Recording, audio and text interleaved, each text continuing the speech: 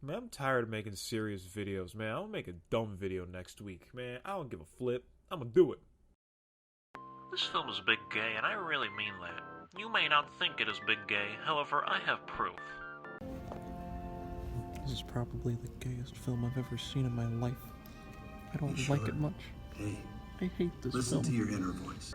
As you can clearly see, this film has copious amounts of big gay. And that's not all. Look at this other clip confirming this film is actually big dumb chungus. Like I said, this is a dumbass film. I don't know why anybody enjoys this. Look at this stupid moment. This is stupid. Ha! Look how little those 2 of 6 emotional climaxes in the span of 3 minutes affected me. This film is total trash. Case closed. Case closed.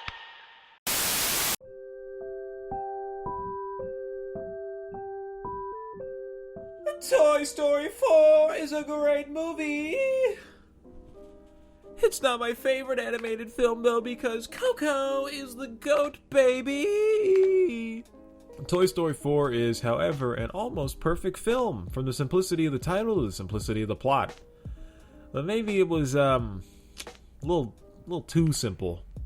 Throughout the film, I never really felt any kind of complex emotion. It was limited to happy and sad, and it was funny. It's a pretty funny moment, like Plush Rush. Come on, that was a funny moment, but that was it.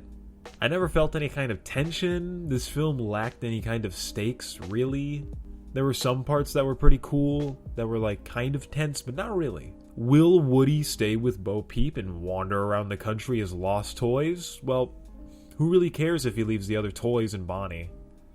I mean, I'm not invested in Bonnie's well-being.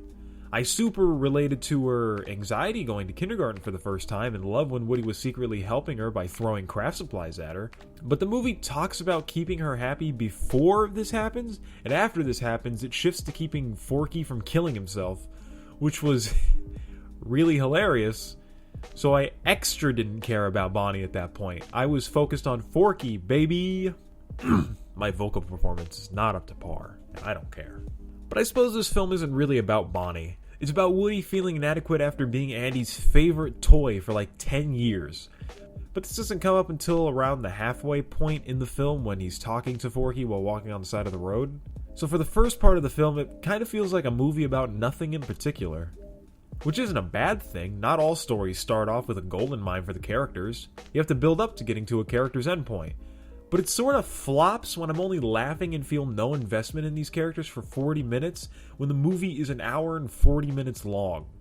It was like I was watching a stand-up comedy show on a really big TV with a lot of people around me. Like, I didn't hate it, but I probably would have laughed harder if I was at home alone, just being dumb. But I know exactly what you're going to say. So, what did you like about this film? Watch! So, what did you like about this film? Well, I love the simplicity of the storytelling in this film. Like, it showed incredible restraint on trying to tug on your heartstrings. This film at the end is just too beautiful for my little baby mind. When Gabby sees the little girl all alone and Woody comes to see what she's doing, this film doesn't go reminding you what's at stake by having Woody yelling out some stupid shit like, "Gabby, we have to hurry. If we don't get there in time, you won't have a kid to live with." Because the audience already knows what's going to happen. It'd be redundant to say that stuff like a million other films do all the gosh dang time. This movie knows how good it is. It may lack any real kind of tension aside from a few moments, but it makes up for it by evoking your emotions. It doesn't try to make you sad because it knows it can do it with no effort. The characters simply reuniting is enough to leave a bittersweet taste in your mouth. They don't have to cry, cause you already are. Why should they be sad when you're doing all this sad for them? When we see Woody pick a life with Bo Peep over a life with all of his friends and Bonnie, it's sad because both lives would be great for him. Living with Bonnie and Buzz and Jesse would make him happy, but he'd always lacked true fulfillment. His entire life was hinged on being a favorite toy. His happiness is based off of others' opinions of him, so what he needs is a life with Bo. A life where he can find himself and figure out his purpose in the world. He's figured out that you can't recreate love you had for someone with another person.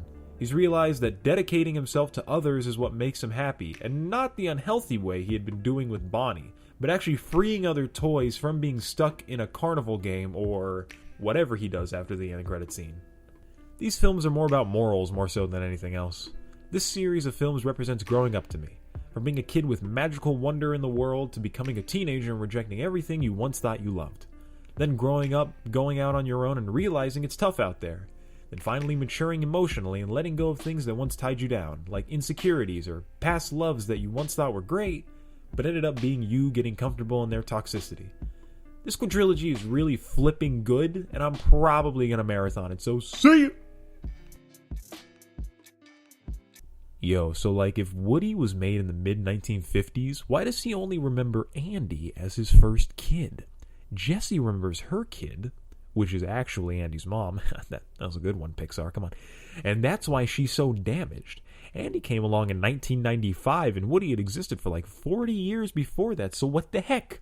What's going on here, Pixar? You leaving plot holes around here, and I just ran over one and popped my gosh dang tire. You owe me like $100, Pixar. That was a good tire, Pixar. That had great tread on that fucking thing. Jesus Christ. The legal proceedings should be arriving in your mailbox in 6 to 8 weeks, Mr. Pixar. So please pay me the money. Give me the money, Pixar. I need that money. You gotta buy a better audio setup, Pixar. Come on, give me the money. Pay me the money, Mr. Pixar. You better pay me that money, Mr. Pixar. You can't copyright strike this goddamn video because you popped my car tire on that plot hole you left in the ground. Ooh, can't copyright me. Can't do that. You can't go copyright me, Pixar. I'm just a little too cool for that. I'm gonna swerve on it. You can't fucking copyright me.